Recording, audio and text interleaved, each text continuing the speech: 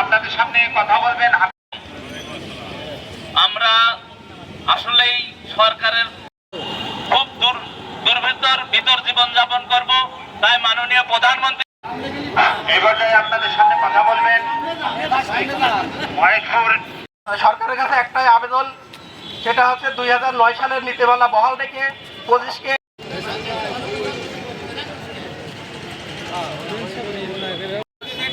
বহাল রাখার জন্য মাননীয় প্রধানমন্ত্রী এবং কিছু কাছে অনুরোধ করছি।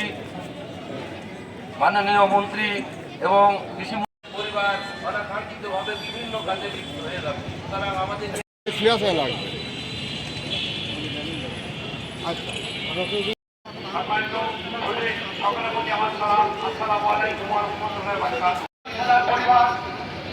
পরিবারের আয় কোটি রোজগার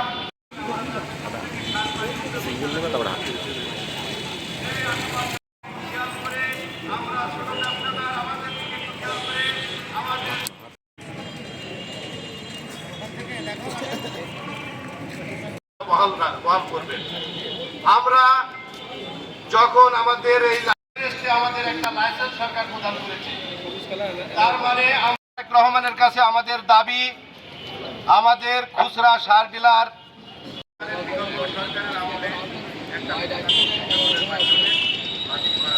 জোর দাবি জানাচ্ছি মাননীয় প্রধানমন্ত্রী, কৃষিমন্ত্রী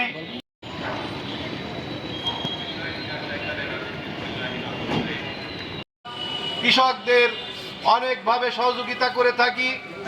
আমরা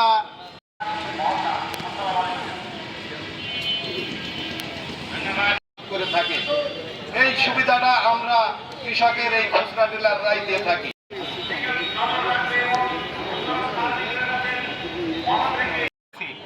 মূলত সমস্যা হচ্ছে যে আমরা 2009 সালে প্রান্তে সার পৌঁছাবে আর চাষি সেটা খুব সহজে নিয়ে ফসল ফলাতে পারবে।